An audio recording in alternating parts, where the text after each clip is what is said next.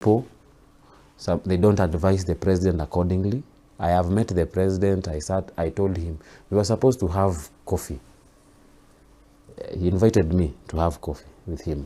We met at Kimani Gonjiri's house, because these matters of health, you don't have to hide. It's not political deal, you know.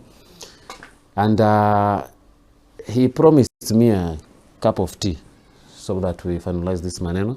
But these same people, Karen Nyamu, Kimani Gonjiri, they're the ones who blocked the gate, because they understood once the president launches the classroom in Nakuru, then boom.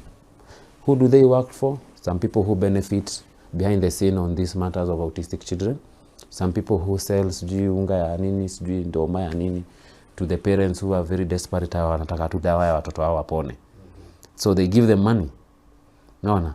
Waenda kupitisha vitu ambaye wanajua vizuri sana zinaacha gap. Because let me tell you, ukiona shida iko mahali kwa muda mrefu, kuna mtu ana benefit nayo. Why should we have shida kama hiyo for long? Naona? Every Gen Z sahi, mtoto anazaa wa kwanza ama wa pili ni candidate. Autism, the food we are eating, the discipline ambayo tuko hatuna pande ya mambo mingi. Na ni understand. So Gen Z ana job. Kupata mtoto lazima utapata mtoto. Tena kwa autistic. Umesikia? Naona. Mtoto anakuja. Sasa hata nyinyi mna advocate.